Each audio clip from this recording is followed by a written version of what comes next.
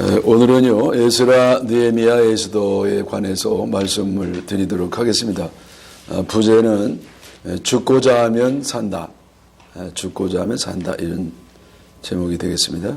성경 말씀은 에스더서 4장 13절에서 16절.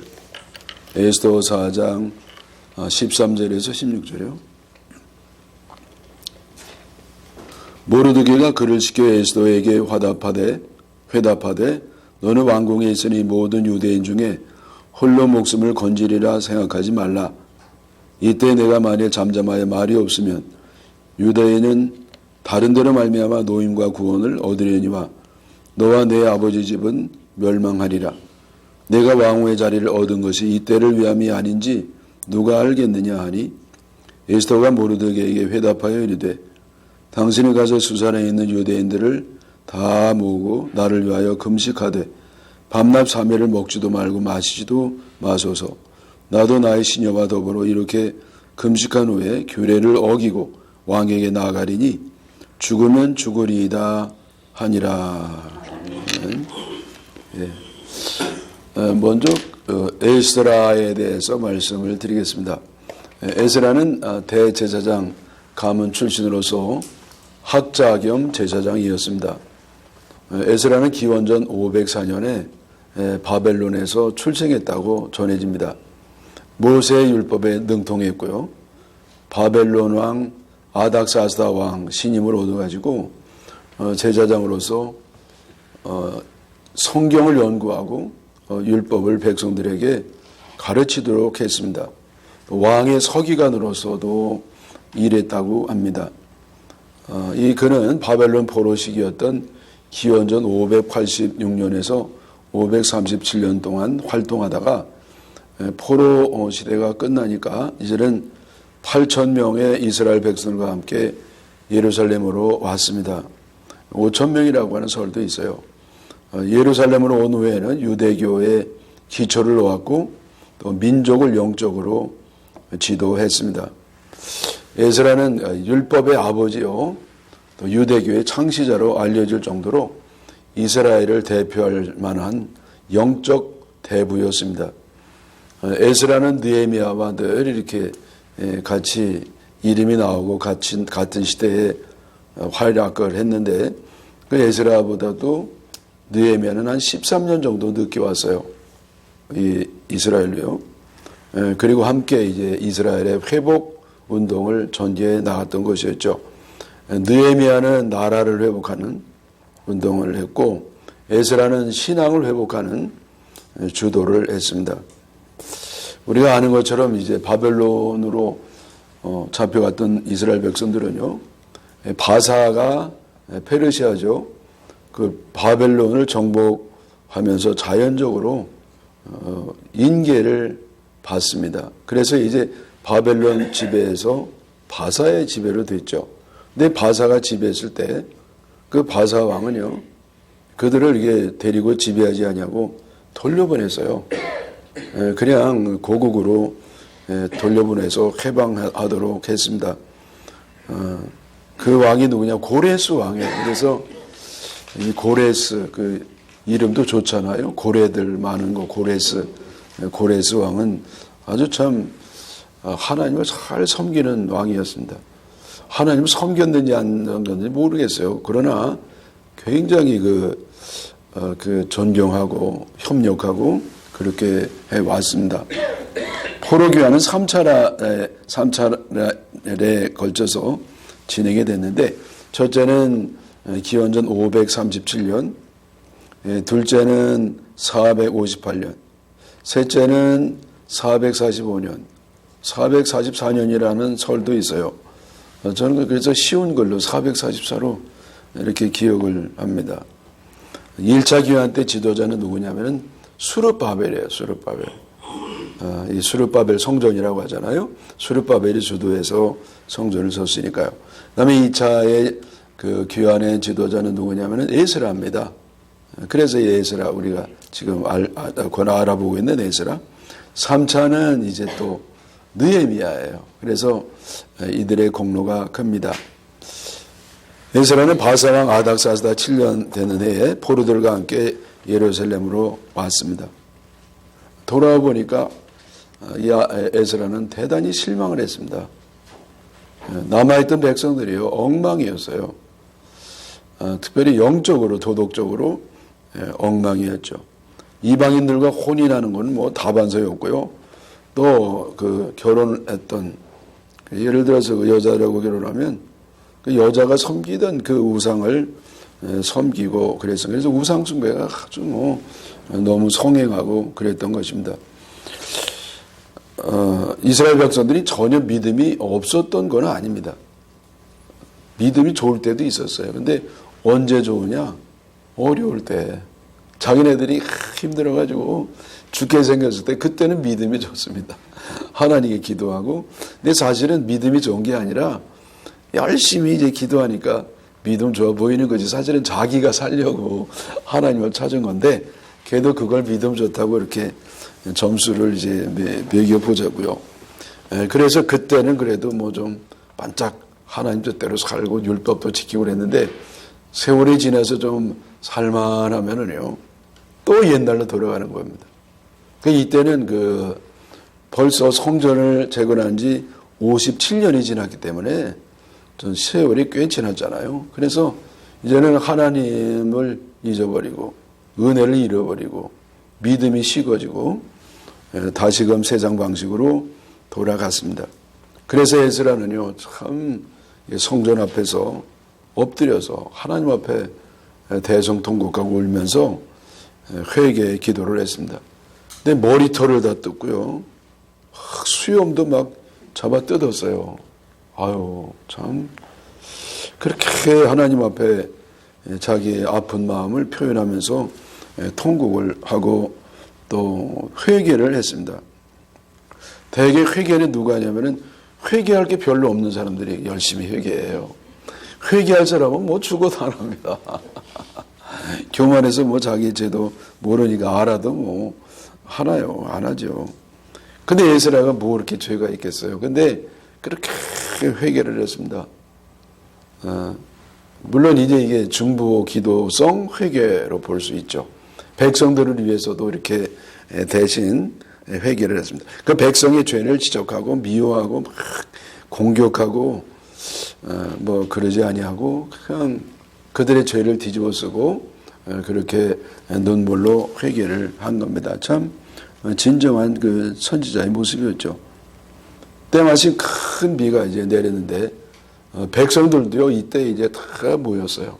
에스더가 지금 막 그렇게 애끓는 마음으로 하나님께 기도한다는 걸 듣고는 그들이 존경하던 사람이거든요. 그 백성들도 다 왔습니다. 그래서 에스더와 함께 막 울면서 하나님 앞에 통회하고 자복하고 회개하는 참으로 이제 아름다운 모습이죠. 저들은 너무 아픈 가슴이지만은 아름다운 모습이에요. 그때 마침 이 비가 와가지고요. 그 얼굴에 흐르는 물이 눈물인지 빗물인지 그거 이제 헷갈릴 정도로 그렇게 저들이 회개를 했습니다. 그래서 이제 울고 나서요. 에스라는요. 조사를 했습니다. 어떤 조사를 했느냐. 이방 여인과 이방인들과 결혼한 사람을 다 조사를 해가지고 명단을 이제 다 공개했습니다.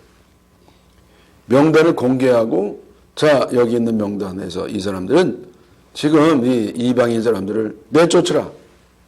아내도 내쫓고 애들도 내쫓자. 야 대단하죠. 어떻게 이렇게 할 수 있어요? 저는 못할 것 같아.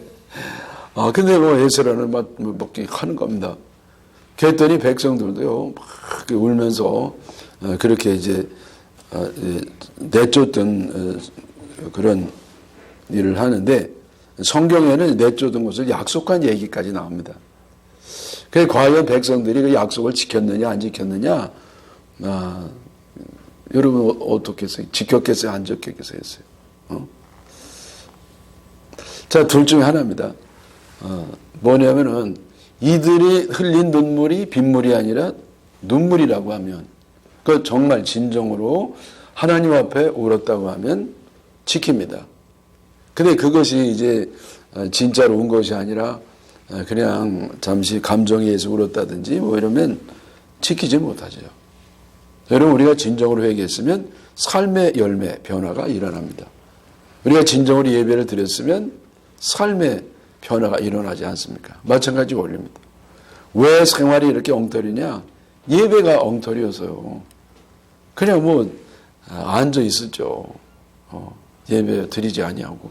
진정으로 주님을 체험하고 주님의 음성을 듣고 정말 은혜를 받았으면 은혜의 열매, 삶의 변화가 일어납니다. 그래서 백성들이 이때는 많이 이제 이 힘든 것을 순종하는 그런 아름다운 모습이 있었을 것으로 추정을 합니다. 자, 이제 여기서 이제 주요 말씀을 보겠습니다. 그 에스라에 나오는 주요 말씀은 1장 4절, 에스라 1장 4절을 보겠는데요. 에스라 1장 4절. 그 남아있는 백성이 어느 곳에 머물러 살든지 그곳 사람들이 마땅히 은과 금과 그 밖에 물건과 짐승으로 도와주고 그 외에도 예루살렘에 세울 하나님의 성전을 위하여 예물을 기쁘게 드릴지니라. 예. 이거는요, 바사의 고레스 왕이 이렇게 조서를 내린 겁니다. 너희들 예물도 열심히 드려라. 그리고 좀 도와줘라. 그리고 이제 성전 건축을 할 때 협력해라. 그런 그 과정에서 나온 얘기입니다. 그래서 예물을 기쁘게 드리라.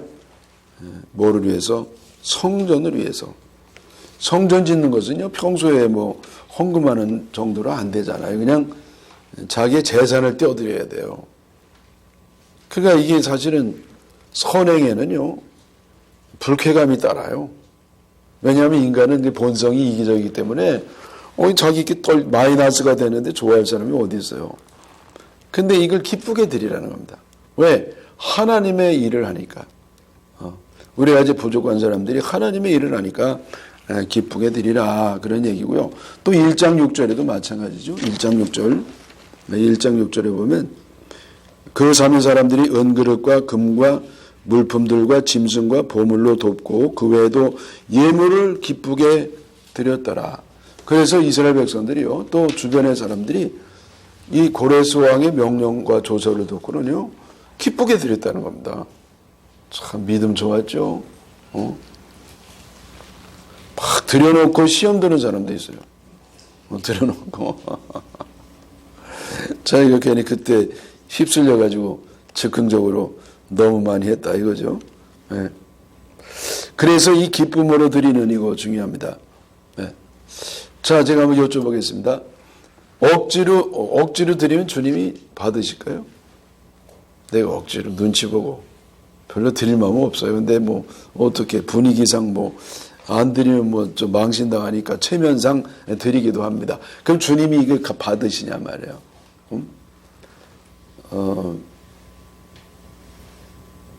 성경에 보면은 그런 거를 하나님이 아주 너희들이 아주 그냥 이런 거 드리지 않도록 나는 신물났다. 너희들은 성전 여기 밟지 않도록 문을 닫으면 좋겠다. 그런 표현이 있습니다. 그래서 이런 거를 이제 받지 않는 게 원칙인데, 걔도 이 하나님은요, 그렇게 하면은 어떻게 받을 게 하나도 없잖아요. 그러니까 웬만하면 받아주시는 자비로우신 하나님 같아, 제 생각에는.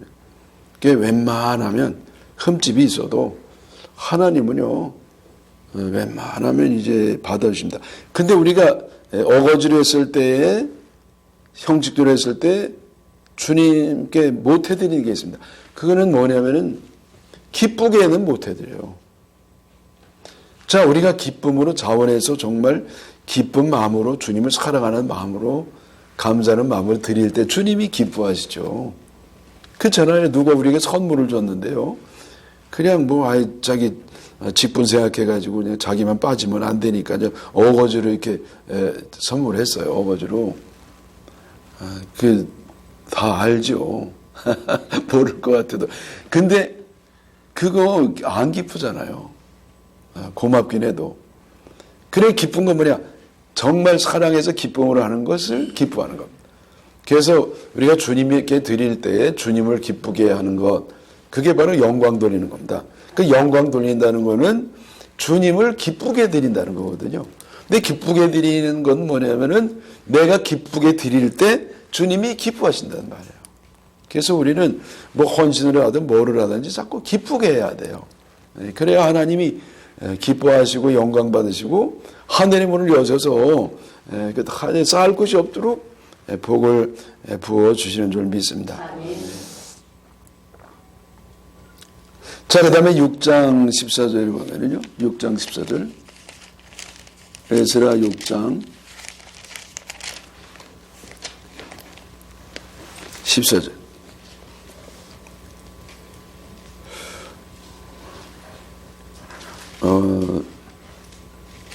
13절에 13절. 네. 다리오 왕의 조서가 내림에 유브라데강 건너편 총독 다뜨네와 스달 보스네와 그들의 동관들이 신속히 준행하니라. 신속히 준행하니라. 이건 뭐냐면요. 성전 건축에 대해서 막 반대가 있고 왈가왈부하고 난리가 났어요. 반대가 나고 그래가지고 그 총독은 뭐 이렇게 찬성이니까 방관자였던 유브라데 총독 옆에 있던 총독이 고레스 왕에게 물어봤습니다. 아니, 가면서 고레스 아니 누구지? 13절에 다리오네 다리오. 예, 다리미가 아니라 다리오. 네, 이 다리오 왕이요, 이거를 교통 정렬을 해요. 다리미로 싹 다리듯이. 그래서 그 왕에게 물어보잖아요. 그때 왕이 뭐라고 그러냐면 그걸 알아보고 보니까 문서 창고를 뒤져봤더니 거기 고레스 왕이 칙령이 있는데 열심히 그 성전 건축 도와주라는. 그래서 즉시로 그 명령을 해가지고 그 사람들이 이제는 즉각 그 행정관들이 즉시 실행을 했다는 즉시 실행을 했습니다. 자, 그래서 이제 신속히 준행하니라. 성전 건축을 이제 신속히 준행을 하죠. 그래서 여러분 우리가 그 무엇을 하든지 하나의 원리가 있잖아요. 그 원칙이 뭐냐면은 신속히 하는 거예요. 근데 신속히 할 때에 신중하게 생각하고 행동은 신속하게 하고. 그래서 우리가 그 생각을 충분히 신중하게 깊이 생각하고 그 다음에 행동은요 빨리 해야 돼요. 신속하게 빨리 해야 돼요. 대개 게으른 사람들이 그게 게으른 게 뭐냐면은요 뒤로 미루는 겁니다. 뭐 다음에 하지 뭐. 그게 잔뜩 쌓아놓는 거예요. 그러니까 뭐 쌓아놓으니까 더 못하지. 그래 일을 잘하는 비결은 뭐냐면 즉시 하는 겁니다. Now or never. 그래 지금 하라. 아니면 영원히 못한다. 그래 늦게 미루면 미룰수록 그거를 행할 수 있는 확률은 줄어듭니다. 그래서 바로 해야 돼요. 저는요 뭐 별로 생각할 게 없는 거는요 바로 해요. 그리고 요즘은 또 자꾸 잊어먹으니까 생각나면 자다가도 하고 밥 먹다가도 해요. 밥 먹다가도 합니다. 그래야 이게 뭐 되더라고. 그 밥 먹고 나면 잊어버려. 그 다음에 또 밥 먹고 나서 해야지. 밥 먹고 또 잊어버려. 그래가지고 하여튼 뭐 바로바로 실행을 하는 게 좋겠습니다. 더군다나 하나님의 뜻인데, 여러분 하나님이 명령으로 딱 내린 거는요, 뭐 신중하게 생각할 게 없어. 아이 주님 잠깐만 제 생각 좀 해봐. 아니야 하나님 다 생각해놓고 시킨 건데 뭘 내가 또 별도로 생각해. 명령은 아주 바로 해야 됩니다. 그때 지킬 수 있는 비결이 거기에 있는 줄 믿습니다. 자, 이번에는 이제 느헤미야에 대한 말씀입니다. 느헤미야는 바사왕 아닥사스다 1세에 신임을 얻었던 사람입니다. 그래서 술 맡은 관원을 됐어요. 술 맡은 관원. 여러분 그 술 맡은 관원 하니까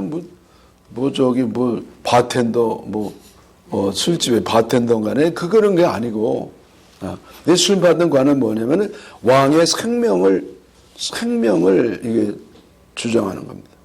왜냐면 이때 암살이 많았거든요. 옛날에 왕들은요, 로마의 왕들도 보니까 평균 2명에 한 번씩 그 암살이 있대. 특별히 그 음독을 많이 합니다. 음독. 칼로도 찔러 죽였지만은 음독을 많이 했습니다. 그래서 그 술 맡은 관원이 그렇게 중요합니다. 보통 신임을 얻어가지고 안 됩니다. 근데 여러분 보세요. 이 느헤미야는요, 그 바사, 이 세계의 그 제일 컸던 나라거든, 바사가. 근데 거기에 생명을 유대인에게 맡겼습니다. 아니, 바사인에게 맡겨야 될 거 아니에요. 대단하죠.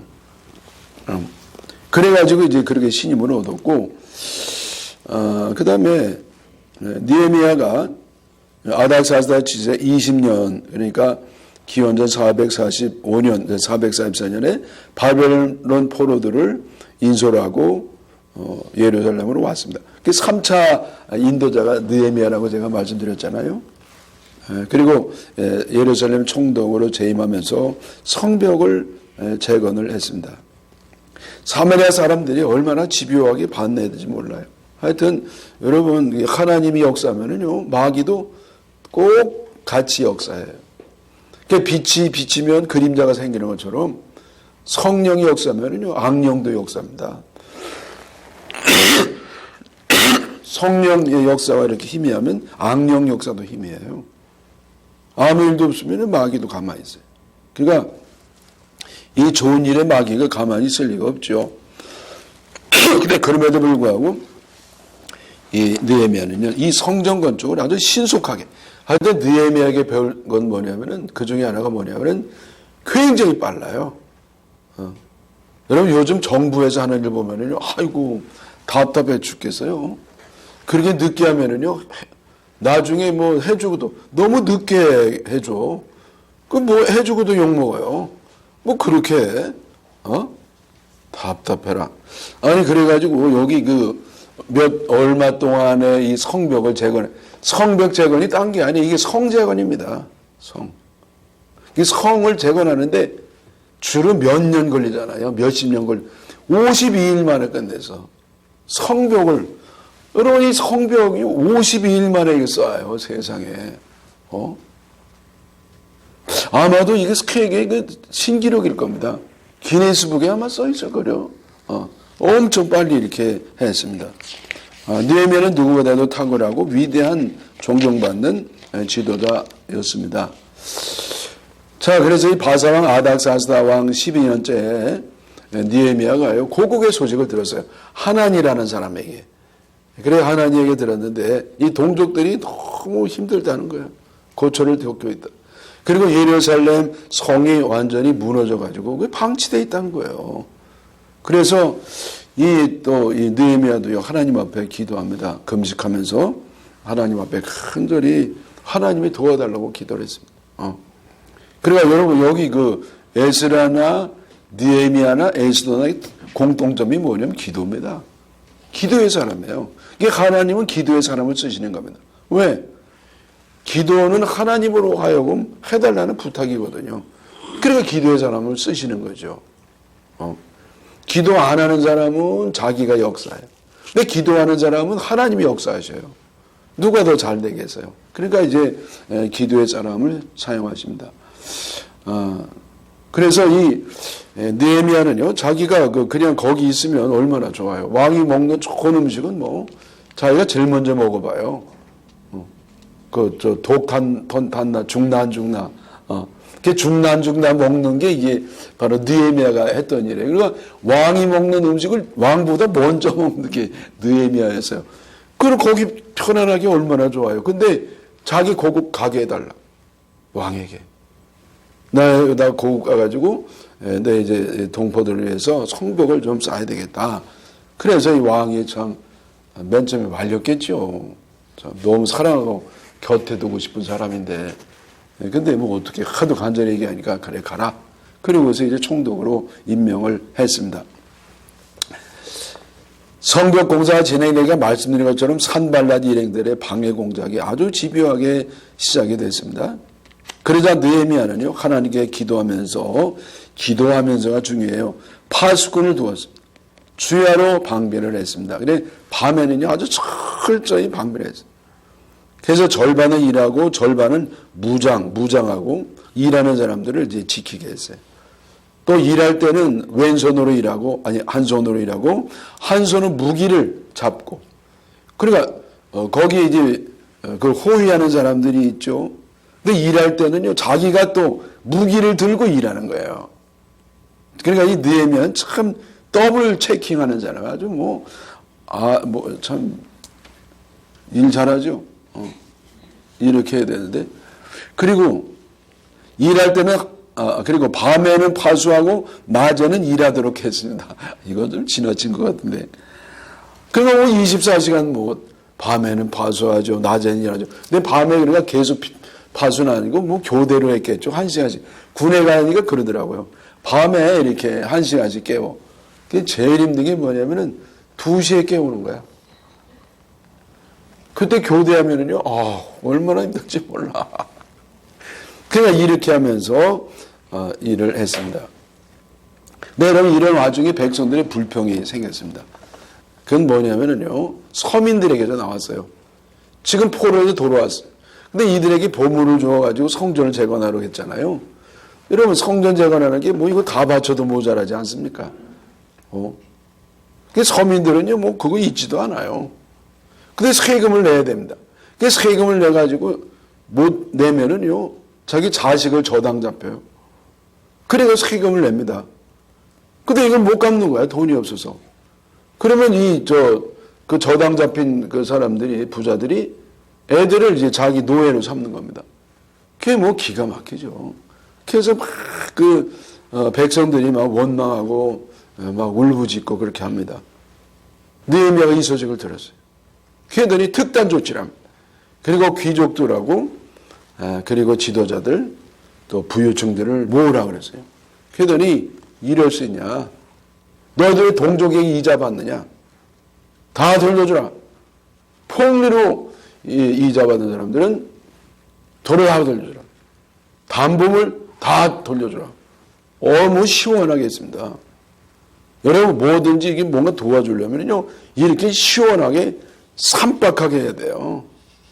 하는 거답게 팍 해버려야 돼. 이건요, 도와준다고 그래가지고, 은행 가서 가보면은요, 다 걸려. 하나도 안 돼요. 혜택 받는 사람은 몇 프로도 안 돼. 이런 식으로 일하냐고. 일하려면 이렇게 느헤미야처럼, 이자 다 없애. 이자 다 없애. 아니, 이자, 아니면 옛날처럼 돌아가. 1.5%로. 이렇게 해주든지. 이건 아이고, 찔끔찔끔. 여러분, 이거는 아니에요. 그래서, 참, 느헤미야 참 훌륭하다. 우리나라도 이런 리더가 생기기를 기도하시기를 바랍니다. 하여튼 느헤미야는요, 이때 백성들의 어려움을 보면서요, 자기는 이제 봉급도 안 받았어. 총독의 녹도 받지 않았습니다. 이런 사람이 어떻게 참 훌륭하죠? 네. 그 방해가 안 먹히니까 산발라시오. 자꾸 이제 느헤미야 보고 만나자고 그래요. 만나자고. 근데 만나려고 하니까 그걸 이용해가지고 잡아가지고 죽이려고, 암살하려고 그랬거든요. 그래서 이제 5번이나 시도합니다. 근데 느헤미야는 거절해가지고 결국 성전이 이제 완공이 되었습니다. 성벽이 완공된 이후에 느헤미야가 또 한 일이 있죠. 대성회를 합니다. 그래서 하나님 앞에 영적 대각성, 이런 슬로건을 걸고 이제 기도의 대성회를 열었습니다. 그리고 이거의 주관자가 누구냐면은 에스라예요. 에스라가 이제 백성들의 앞에 성경책을 읽어주는 겁니다. 그래서 낮 4분의 1, 한 3시간 동안 성경을 읽으면 백성들이 3시간 동안 또 기도하고, 이렇게 하면서 저들이 하나님 앞에 경배하고 회개하고 찬양을 했습니다. 근데 여러분, 문제는 뭐냐면은 느헤미야가 1년 동안 그 바사에 갔다 온 적이 있어요. 그동안 보고도 할 겸 바사가 어쨌든 갔다 왔는데, 이때 또 일이 벌어지는 겁니다. 하여튼 훌륭한 사람 눈에만 안 보면 이제 문제가 생깁니다. 건축도 하다 보면은요, 이렇게 어디 갔다 오면은요, 못이 삐뚤리 박혀 있어. 하여튼 그래가지고 느헤미야가 없으니까 또 이렇게 사람들이 삑사리를 치는 겁니다.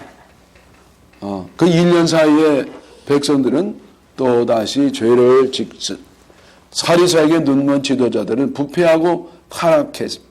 백성들은 부자 되면 열렬 관심을 가지고 안식일에도 일했습니다. 그리고 심지어요, 이방 사람들을 성 안으로 끌어들여가지고 안식일에도 장사하도록 그렇게 했습니다.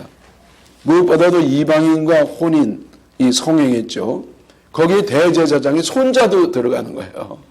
아니, 대제사장만은 안 해야 되는, 근데 안 해야 되는 1순위 손자도 포함이 됐습니다. 그래서 느헤미야는요, 이들도 다 내쫓아 버렸어. 아이고, 시원해라. 근데 이거 조금, 마음이 아프죠. 근데 어떻게 해? 하나님의 뜻대로 해야죠. 자, 주요 선고입니다. 느헤미야 8장 10절. 느헤미야 8장 10절.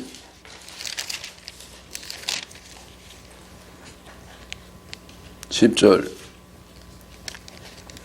느헤미야가 또 그들에게 이르기를 너희는 가서 살진 것을 먹고 단 것을 마시되 준비하지 못한 자에게는 나누어주라. 이날은 주의 성일이니 근심하지 말라. 여호와로 인하여 기뻐하는 것이 너희의 힘이니라. 여기가 중요한 말은 여호와로 인하여 기뻐하는 것이 너희의 힘이니라. 예. 자, 우리의 힘이 어디서 나오느냐? 열심히 근육을 키우는 데 나오죠. 그건 우리의 육체적인 힘인데, 우리의 그 심령의 힘, 마음의 힘, 정신의 힘은 어디서 나오느냐? 여호와를 기뻐하는 겁니다. 근데 여호와께서 나에게 주시는 어떤 세상적인 그런 물질이 아니고 여호와 그 하나님 자체를 기뻐하는 것이 우리의 힘이다. 자, 여러분, 내가 주님이 나에게 주시는 어떤 세상 거를 기뻐하면 그런 거 안 주실 때 기쁨이 없단 말이에요. 그 주셔야 기뻐. 그 진짜 기쁨이 아니죠. 근데 여호와 하나님 인격적으로 내가 그분을 사랑하고 교제하고 따르고 그때는 항상 기뻐합니다. 왜? 주님은 항상 계시니까. 그 주님은 늘 나를 사랑하시니까. 그래서 이 기뻐하는 비결은 뭐냐면은 주님의 살아계절 믿고 주님과 동행하는 그것이 기쁨의 비결인 줄 믿습니다. 요즘은요, 우리 기쁨이 좀 많이 사라지지 않았습니까? 너무 힘들어가지고요. 저도 자꾸 이게 기쁨이 자꾸 좀 떨어진 것 같아요. 여러분 죄송해요. 그래서 여러분 우리 다 같이 좀 기쁨을 회복할 수 있도록 더 여호와를 기뻐하시기를 축원합니다. 자, 이제 마지막으로 이제 에스더에 대해서 말씀드리겠는데, 에스더는요, 별이라는 뜻이에요. 별이라는 뜻이래요. 예쁘죠, 에스더. 에스더 이야기는 바사에 남아있던 유대인들 이야기가 배경입니다. 그래서 아수에로 왕이 통치했던 기원전 450년경의 이야기가 되겠습니다. 에스더는요, 유대인 모르드게의 양녀였죠. 그래서 이 모르드게는 그 에스더의 삼촌이었잖아요. 근데 에스더가 부모가 다 어떻게 전쟁통에 돌아가셨는지 안 계셨어요. 그래서 삼촌이 데려다가 이제 잘 키웠습니다. 근데 여러분 세상에 이 유대인 출신이요, 여러분 기레산 같은 그 바사 출신의 아름다운 미인들이 얼마나 많겠습니까? 근데 여러분 이 에스더 자기가 섭정하고 있는 그 집의 민족 출신을 왕비로 삼습니다. 그래, 외모를 너무 보면 안 됩니다. 어느 학교냐, 얼마나, 키가 얼마냐, 여러분, 이거는 의미가 없어요. 그 에스더는요, 참, 나중에 바사왕의 왕비가 되는 놀라운 일이 벌어지게 되었습니다. 여러분, 여기에 또 이제 마귀의 그 하수인이 나오죠. 하만의 하만. 하마가 아니라 하만. 이 하만이 유대인들을 박해하고 이제 다 죽이려고 했지만은 도리어 자기가 죽임을 당합니다. 예. 그래서 에스더가 그들을 이제 구원해 주는데 1등 공신이 되잖아요. 에스더서에 보면은요, 이제 이렇게 시작하잖아요. 시작이 이제 바사 왕, 아수에로 왕의 그 잔치가 있어요. 그게 180일을 잔치를 합니다. 그 1년의 절반을 잔치를 했어. 이 잔치는 어떤 잔치냐면은 그 아수에로 왕이 인도에서부터 이디오피까지 통치를 해요. 그러니까 뭐 여러분 뭐 전 세계 절반을 막 통치하다시피 하는 그 자기 그 위협을 자랑하기 위해서 이제 딱 잔치를 했습니다. 근데 이 잔치할 때에 한 가지 왕비에게 부탁을 했습니다. 자, 당신 좀 나와보라고. 나와가지고 한번 그냥 딴 거 할 거 없이 참석만 해라. 그러면 아주 예쁘니까 사람들이 막 아주 그 왕비를 자랑하려고. 근데 이 왕비가요 무슨 통편지 안 나온대. 나원 참. 그래가지고 이뭐 아수에로 완전히 뚜껑 열렸죠. 그래가지고 폐위시켜 버렸습니다. 참나. 근데 옛날에 뭐 폐위도 잘 돼요. 그리고 이제 새로 이제 왕으로 뽑잖아요. 근데 그때 이제 에스더가 뽑히게 되었습니다. 한 번에 모르드게가 하만에게 절을 안 했습니다. 왜 안 했는지 뭐 이유는 나오지 않아요. 하여튼 절을 안 했어요. 그랬더니 하만이요, 요거 봐라. 본때를 보여줘야지. 그리고 이 모르드게뿐만 아니라 모르드게가 속한 그 유대인들을 아주 몰살시키려고 했어요. 참 못됐죠. 근데 옛날에 죽이는 건 뭐 다반사니까요. 그 왕에게 이제 유대인들은 모함해가지고 이제는 다 이제 죽이라고 하는 조서를 내리겠습니다. 그래서 이제 왕이 아수에로 황제가 도장을 꽝 인장을 다 찍어버렸어요. 이걸 뒤돌릴 수 없잖아요. 권위가 있죠.